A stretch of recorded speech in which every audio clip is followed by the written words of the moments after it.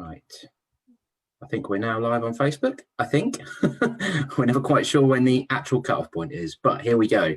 Dave Freezer here alongside Paddy, Davitt and Connor Southwell. Just thought it was worth having another catch-up with you guys. We did a pod on Wednesday and the whole podcast was full of transfer talk, but things just keep moving on, and particularly with Liverpool's pursuit of Jamal Lewis, there's a lot of attention on Norwich City at the moment, and of course we're talking about one of the biggest clubs in the world, so there is a heck of a lot of speculation. So, Pat, if we come to you first, you were being kept pretty busy by this yesterday, weren't you? But things moved on quite significantly, didn't they?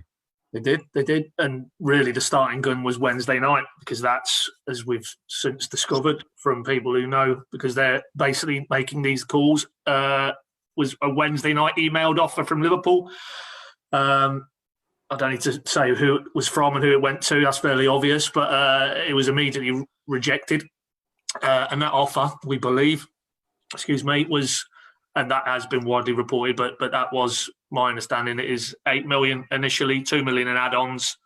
And is it any wonder that's been rejected? Because for a 22-year-old homegrown player who's under contract till 2023 at a club who are not under any financial pressure despite going down, and the interesting element that I was told last night was Norwich feel quite upset and feel that that's a bit disrespectful, that, because it is so far below what Jamal Lewis should be worth on the open market. You can debate, as you rightly touched on, DF, you could spend 12 hours in every day at the minute searching social media posts, given the scale of Liverpool, his fan base, and they're looking at, I've seen quite a lot of posts saying, well, we're only going to pay X because we just want to back up to Andy Robertson, who's obviously their first choice left back. That's fine if they're looking at it filtered through what we as in Liverpool want to pay for a backup option. But flip it the other side, and from Norwich's point of view, he is, although Sam Byram did play for a period of the season last season, he is one of their best young prospects. They've developed him, and they feel he's going to go on to be a reasonably very good player in the Premier League. Jamal's himself spoken recently about his ambitions are to, in the next year or two, to be playing Champions League football. He's a regular for his country, and he has been a regular for his club for the majority of his senior career. So I think 10 million is far too cheap, and more importantly, so to Norwich, and nothing will be happening at that point. And that's where we are at the minute. The ball is now firmly in Liverpool's court.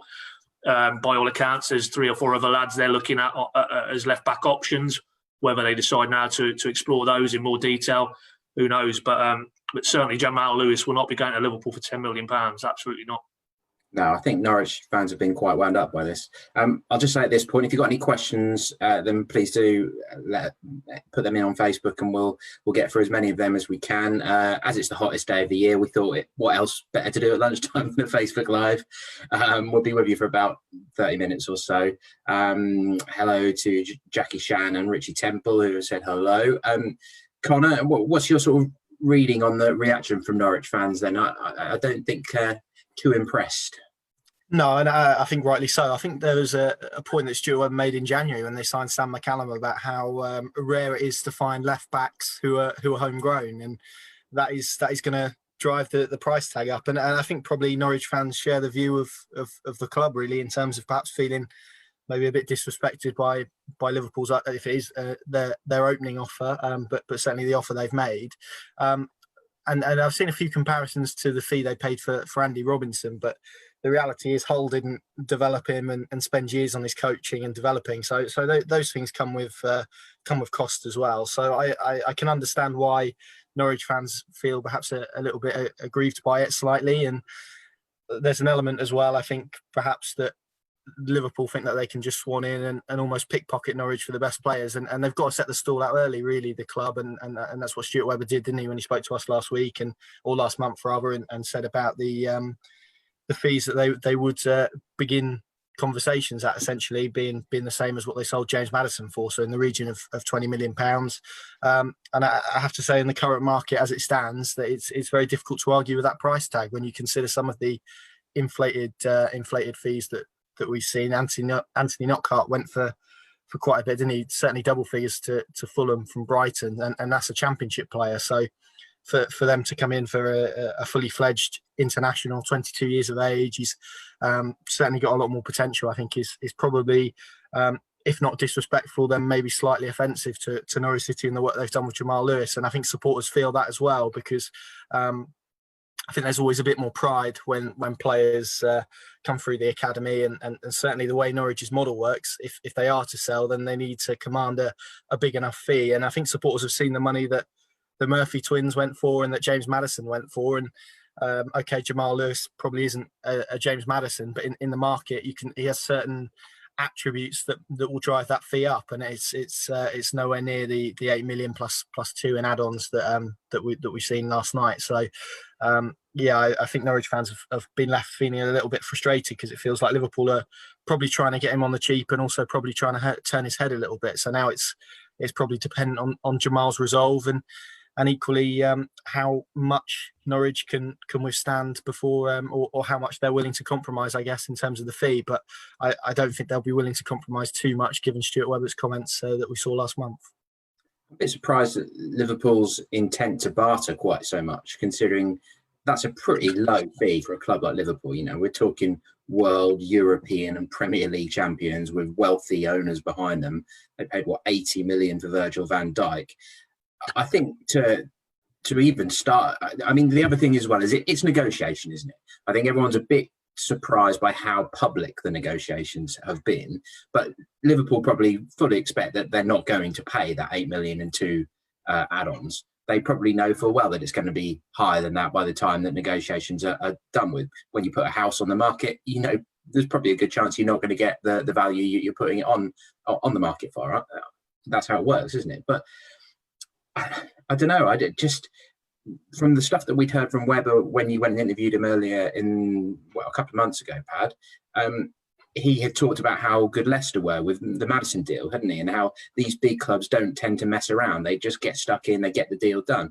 If Liverpool want Jamal Lewis, surely they just say, there's 15 million up front and another 5 million in add-ons and a sell-on fee, done and dusted, get it all signed. Yeah, but the reality is, Dave, I mean, if they've got, say, I don't know, hypothetically, I've seen 3 or 4 areas of their squad that they need to improve, and supposedly that's what they want to do in this window.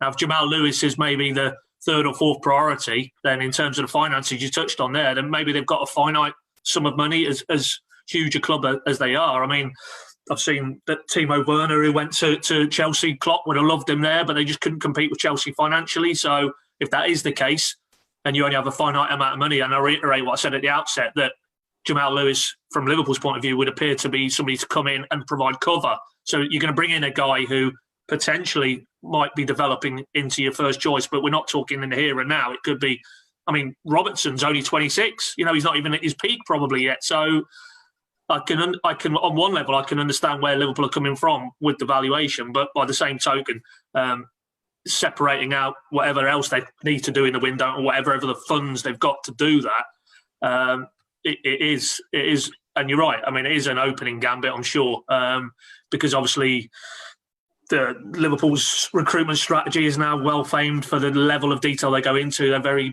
big on their analysis and big data, and they won't have identified Jamal Lewis to the point where they've actually opened with an offer if they haven't done painstaking research. So for me, you do that, you don't then at the first hurdle turn around and say, okay, fine, we'll go in a different direction. So I would fully expect Liverpool to come back, and they probably would have expected that Norwich would not back the first offer. But I just think, I'm not sure what it does in terms of the goodwill around the table to go solo, because it shows a complete lack of appreciation for, as Connor touched on, what Stuart Webber has been very open about, that they don't need to sell. And if they are going to sell, don't pick, I mean, he even said it, don't pick up the phone unless it's in the Maddison ballpark for any of those good young players. And half of what Maddison went for is certainly not, by any measure, anything acceptable. So I find it strange. The public side of it is very intriguing for me as well. There seems to be a clutch of Northwest journalists who seem to be synchronising when they put content out, whether it's tweets, whether it's actual articles, and they all seem to have the same line. So that would tell you it's been orchestrated from one source, and I'm not quite sure why Liverpool would feel the need to conduct it in that way, unless it is, as I say, they want to get Jamal Lewis for probably below what Norwich want to pay, and it's a longer game they're playing. But no, I mean, as I say, for me, I don't think it's the end of the saga, but there'll have to be a bit of realism. And that applies to Norwich as well. 20 million is this ballpark figure that's getting put out there, and Stuart himself sort of pitched it at that level for any of these young players. But, hypothetically, again, you get to 15, 16 up front, and then you build in realistic add-ons. I mean, I've seen talk of add-ons is in terms of if he moves on. But if you're Jamal Lewis and you went to Liverpool, are you moving on anytime soon? No chance. You're probably in there for the duration. Why? With the greatest respect at the minute, Liverpool anywhere else is probably a step down, certainly in England. So an add-on related to a future sale, to me, is a pretty redundant clause at the minute. So there would have to be other more realistic clauses where Norwich could cash in. And if that then ticked a deal up towards the high teens, then obviously, Norwich aren't ideological about it. I'm sure Stuart Webber's a very pragmatic man, and they probably could do a deal. And obviously there's talk of the Larouci, the young left-back who's at Liverpool, could he make weight. I've seen conflicting reports that Norwich would like him or that they've not really bothered because they brought in McCallum. But, all these things flow in. If you knowing Stuart Webber as we do, it wouldn't surprise me if he's got his eye on one or two other of Liverpool's good young prospects who, of course, we saw in that EFL run, notably when they had to play those kids. And, it wouldn't be at all surprising if we get to a point where Jamal Lewis goes to Liverpool, Norwich get a huge chunk of money and probably one of those young, talented players on loan, for example. So, yeah, I think it's the opening gambit, and it's very intriguing how it's all being played out in public. But ultimately, Jamal Lewis will remain a Norwich player until there's a realistic offer, whether that's Liverpool. There was talk of Palace in January. Maybe other clubs come out the woodwork now. But Jamal Lewis is not going to Liverpool for the figures already quoted. End of. No, well, Mark Hilton says Liverpool are only using Lewis and their false bids to get the Greek fullback from Olympiacos at a price that they want. Never going to be Lewis. I mean, if Norwich are going to struggle to negotiate with Liverpool, then Olympiacos are going to struggle, aren't they? I know they play at a good level. They play in the Europa League against Wolves last night, weren't they? But still, that's in terms of financial strength, Norwich have more than them because they've just been in the Premier League, haven't they? And that's just a totally different world to Greek football. In terms of what you're saying there about Liverpool's scouting, though, I think they have identified an ideal backup for Robertson. If we look at it from the Liverpool point of view, Lewis is going to be desperate for that move. Okay, he knows he's coming in as second fiddle to Robertson at first, but all it takes is one injury and he's got his big chance. Even if that doesn't happen, the amount of games they play in a season, he's almost guaranteed to play a decent chunk of Premier League. He's going to play League Cup and FA Cup, possibly a little bit of European football here and there, maybe not in his first season, but just in terms of his ability, when Jamal first came in, we were really impressed at how he was willing to snap into a tackle, weren't we? And he was willing to put his foot in. He was fully committed. He's kind of developed even in his 2.5 years in the Norwich team in terms of Daniel Farke has become so attacking with his fullbacks that you see Jamal bombing forward more than necessarily doing his defensive work. So I think with Jamal, the same as with Aarons, Buendia, Cantwell, Godfrey, despite Norwich struggling this season, I think we saw enough hints from all of those players that they've got top level ability in the tank, haven't they? And I think if Jamal was working with Robertson on the training pitch and with Klopp, of course, as his manager and their no doubt galaxy of coaches that they've got to work with players and the facilities that they have, I do think that he's capable of moving up a level and potentially being a very good backup for them. Conor, do you see that, or do you think he really needs to be prioritising a club who are going to play him regularly, like Crystal Palace, who were really strongly linked in January, weren't they? Yeah, I get both points. I think he's certainly from my perspective, there's still a lot of potential to grow into, particularly when we talk about the offensive side of his game. I think still in the final third, he's got to perhaps learn to impact things a bit better. But I can certainly see why Liverpool would like him in terms of physicality, in terms of his one-on-one defending. I think he's probably individually as a defender better than Max Aarons is defensively, but you'd probably argue that Aarons is the better rounded fullback. So I think there's work to be done in terms of his offensive side, but defensively, I think he's pretty good. Physically, he's obviously very good. The way he retains the ball, technically very good. He's energetic. He'd be able to support Liverpool's press pretty well. So I think there are a lot of characteristics that makes this deal makes sense. Plus all the stuff I said earlier about being a homegrown option and being a left back, which is fairly rare, I think, to find in the market at the moment. So Norwich have got all of those things on their side to an extent, and I think Pad's right. I don't think this will be Liverpool's final offer. And what I would add to what Pad said about perhaps them making relations a bit difficult. I'll paraphrase Stuart Webber. I won't use his exact term, but he essentially said that if teams come in with low offers, that he's a bit of a nightmare to deal with. So I'd imagine Liverpool are feeling the full force of that at the moment if they do come back.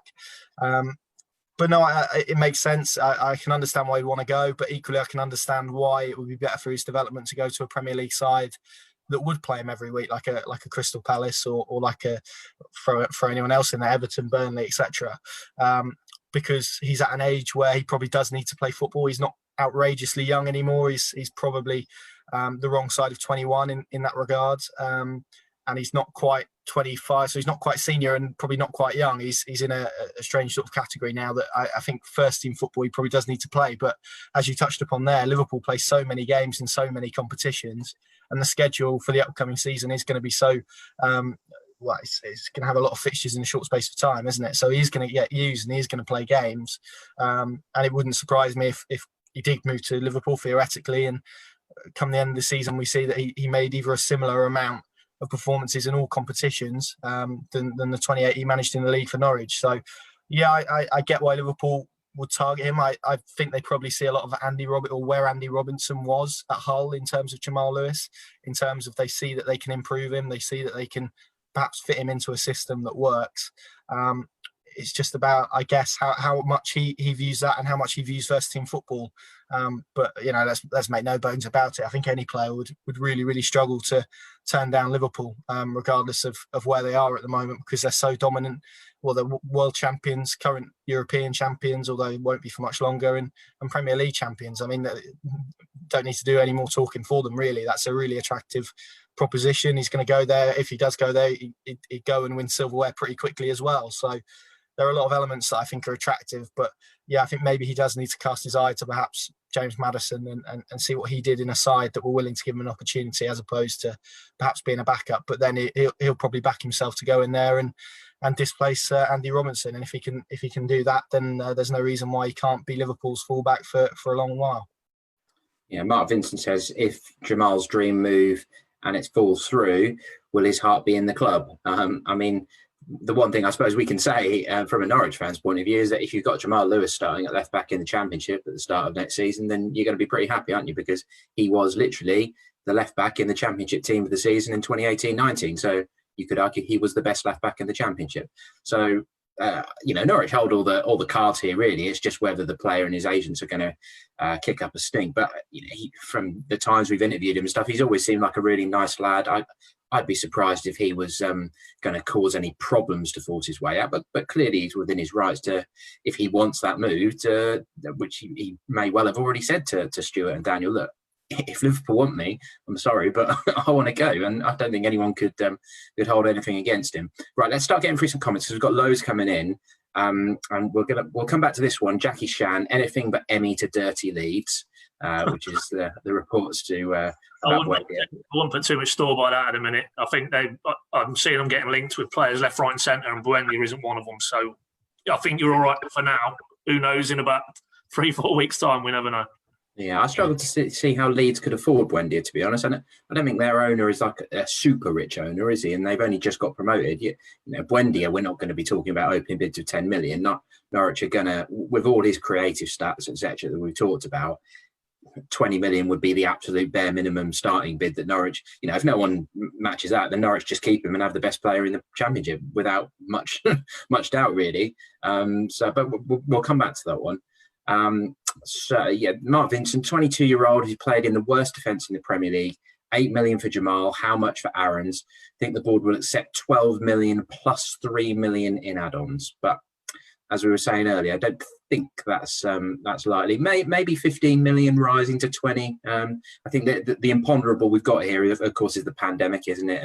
And the downturn that's bringing on finances. Look at the fuss that's going on at Arsenal at the moment. They're making some off-field staff redundant, aren't they? And seemingly their players who took a pay cut during during lockdown have kicked off about it and said what's going on. So there is a lot going on in football at the moment.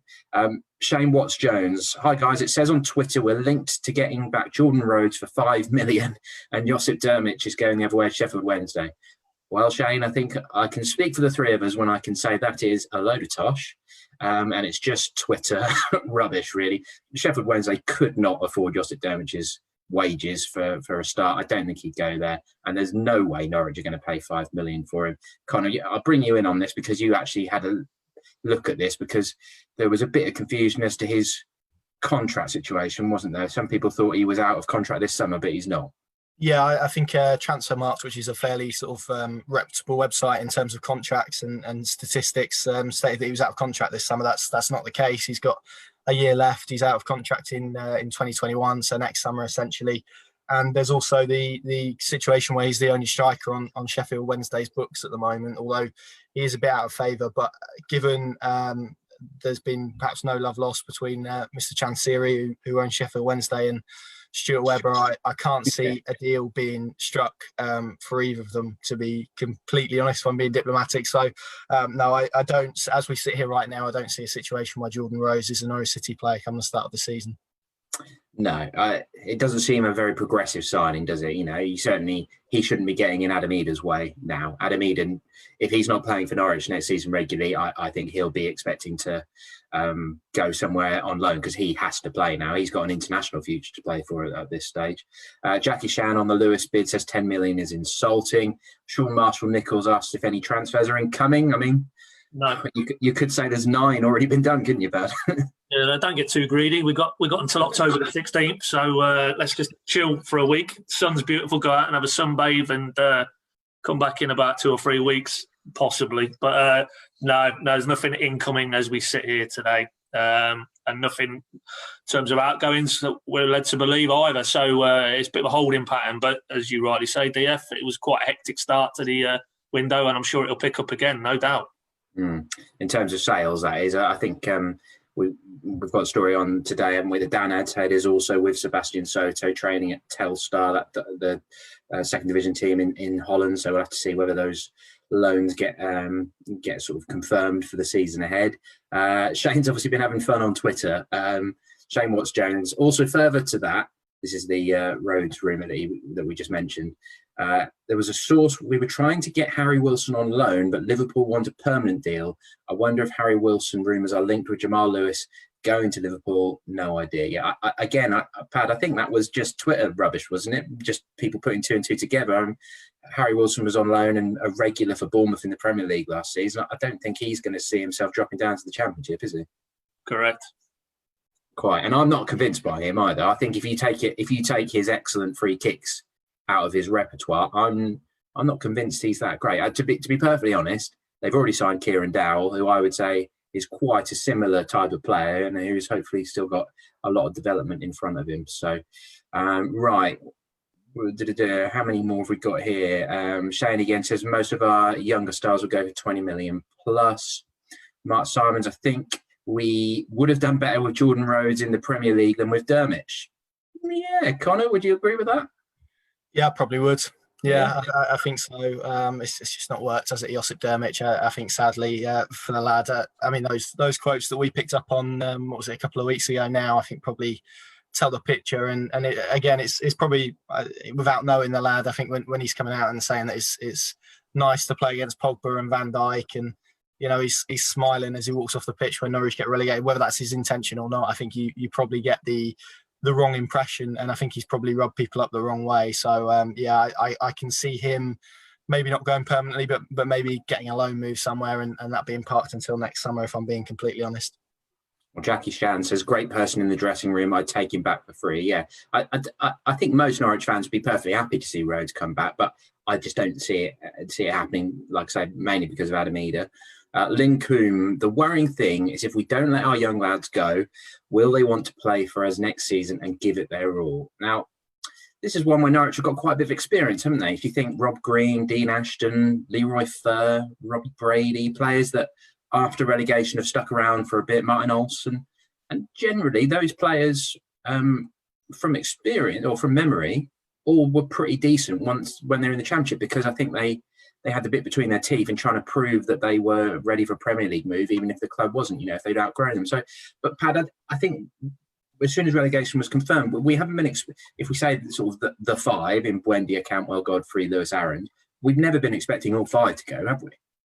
No, because for me, there has to be a balance, because on the one side, you inevitably will expect some of them to move on because it suits all parties, a la Maddison when he went to Leicester.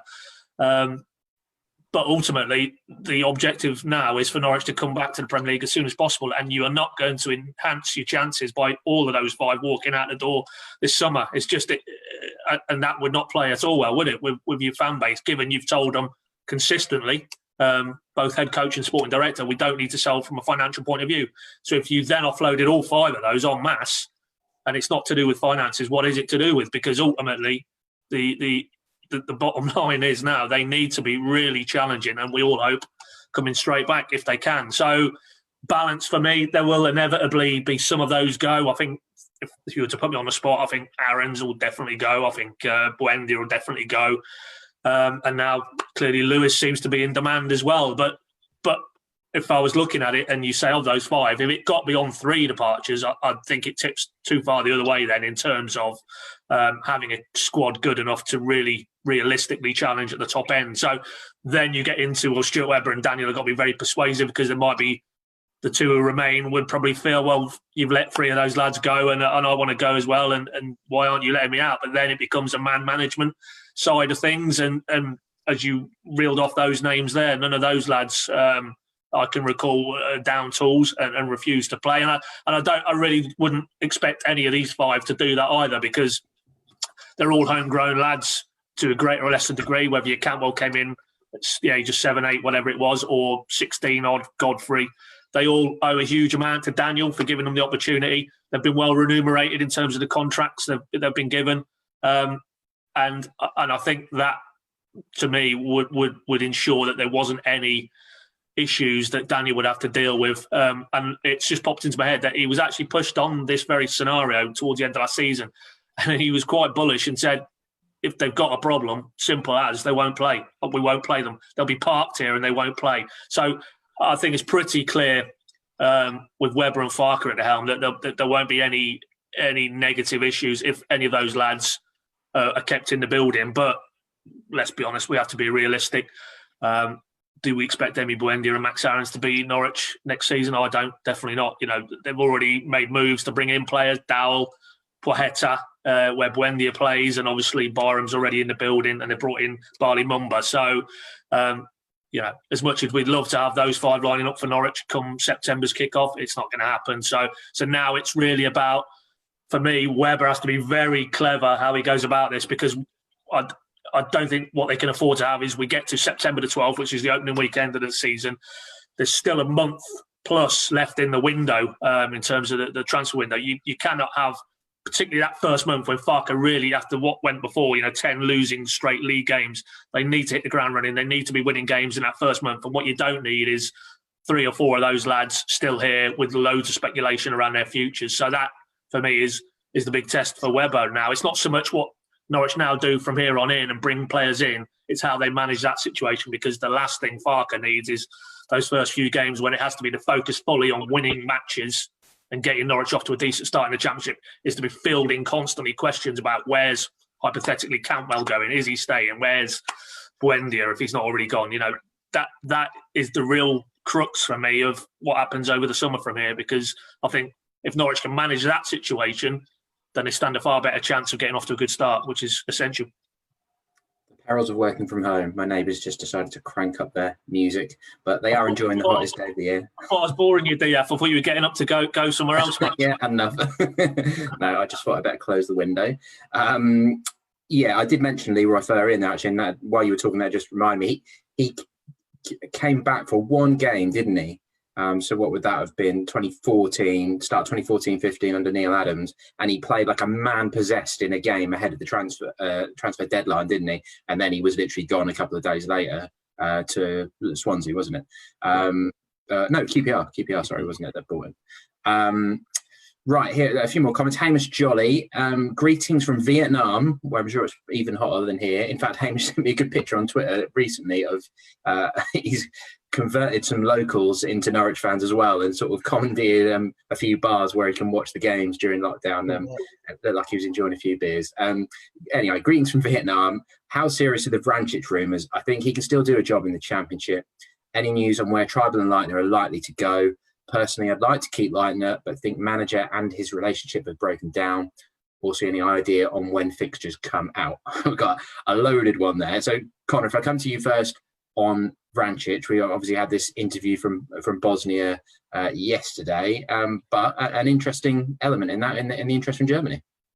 Yeah, I think so. I think, and this is sort of my opinion more than anything I know, I think Mario Vrancic will probably be one that sticks around. I think his statistics in that Championship season that they got promoted were very, very good, essentially. And that is going to be an asset to them. And he is experienced. And I think he is someone who does offer. I think what the problem is, if you get rid of Leitner and Vrancic, with the midfielders they've brought in, you're probably lacking a more technical option. So I think they'll want to retain him for that element. And I think he can probably still impact games at a Championship level, even if that is from the bench.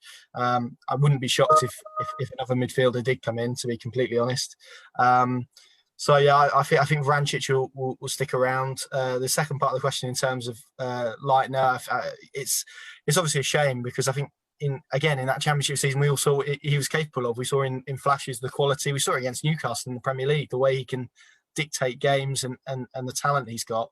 But clearly, and it's not just at Norwich, he's had issues at other clubs in the past as well with unlocking that ability on a consistent basis, and I guess retaining his happiness at a football club. But I think these players will have a big enough stock to go back to Germany. They still got promoted from the Championship. They still played in the Premier League, and throw Tribal into that category as well. I think there's still names in Germany, and I think there'll still be clubs willing to take them as well. So I think that's probably where I'd look at those. I'd be very shocked if either of those ended up at an English club. Although Tribal, I guess, maybe could go further afield. He was in Holland, wasn't he, before he came to Norwich? So again, he's a known name in that market as well. So I wouldn't totally discount that, but I think they'll probably both end up in Germany, to be completely honest. And then the third part of the question was fixtures, was it? Which I don't know. So someone else. Yeah, fixtures. It's going to be, the playoff final was only Tuesday night, wasn't it? They'll be within the next couple of weeks, I would have thought. Equally, Norwich haven't put the new kit out yet, have they? So they're going to be later in the month, you would have thought, on both of those. Leitner did have a brief spell in Italy with Lazio, yes, didn't he?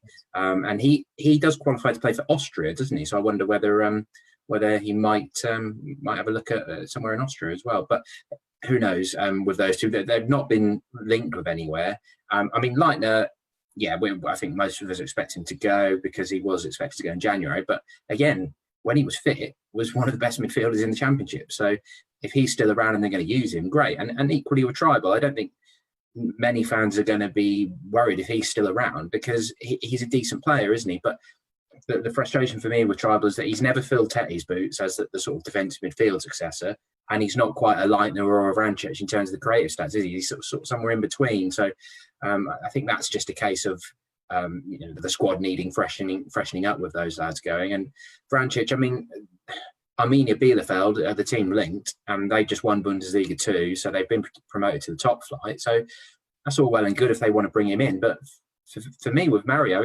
his fitness and his injuries have been so persistent. Even in the title-winning season, he missed chunks of that, and he missed pre-season, didn't he, or bits of pre-season. Him, Tribal, and Leitner have always not been far away from another injury. So that seems to be a big thing in the Norwich squad. They need to try and get players who've got fewer injury issues to sort of raise that whole level in terms of fitness moving forward. So I guess that's probably part of it. But anything to add on that, Pad? No. I mean, you boys are spot on. Other than what I would say with Vrancic is, you would expect, particularly at Carrow Road, there's going to be a lot of games where Norwich have a lot of the ball and they're facing packed, defensive-minded teams who are just going to sit in and cling on a little bit. You do need a bit of devil and a bit of ability to spot a pass and execute a pass, and he is your man. So if he could be kept fit I wouldn't be looking to move him on at all, because I think there will be, and it might just be that he's used more from the bench, but there will be plenty of games in the Championship where they'll need a little bit of a, particularly if Buendia is no longer with us, they'll need that kind of, devil to spot a pass and be able to play the pass. And if you take in Buendia and Leitner out the mix, and we haven't seen Dowell in a Norwich shirt yet, but clearly he would possess probably those attributes as well. But I think Mario is one of the few midfielders you would think you could drop into that scenario. So for me, keep him, definitely. He's so popular. I'm sure if you did a poll right now with Norwich fans, should he stay or should he go, it would be very, very high for stay, wouldn't it? So let's see. If Bielefeld make their move, then there might be a decision to make. If not, he's into the last year of his contract, and we'll see how it goes. Just last few comments. Jackie Shan says Steepman leaving too, Closer maybe. I don't think we've had any suggestions Steepman is leaving.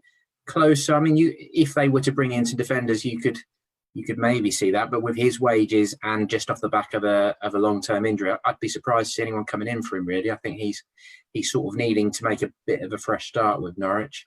And just finally, Die Sturdy, rumours in the Midlands, Aaron's to Villa. That was mentioned, wasn't it, Pad? But, I suppose Villa have got plenty of money, but I can't see Max necessarily going for that. That's kind of the issue for him and Jamal and Todd has been that they've been kind of they've struggled under the weight of a relegation battle, haven't they? And I can't see him being desperate to go to Villa. No, that for me smacks money move rather than a football move. There's another club in the Midlands I could see, and that is Wolves, who have also been linked with him. So I think he's got some very good advisors around him, as Maddison did, and he will be looking for the footballing opportunity rather than, to line his pockets. He's such a young man, that will come. But he needs to be progressing his career, and with the greatest respect, Villa is not a step up, is it? I've seen them. Yeah, they're getting linked with Ollie Watkins at Brentford and in quite a few players. So it looks like they're going to go for it again in a big way. But of course, if Grealish moves on, a lot of turbulence always. It strikes me from afar looking at that club.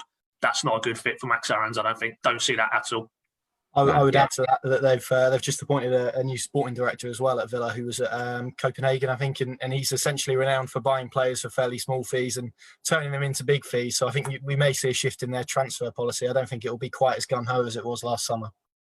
Okay, well, yeah, I think Wolves will be a cracking move for Max because, it'd be quite.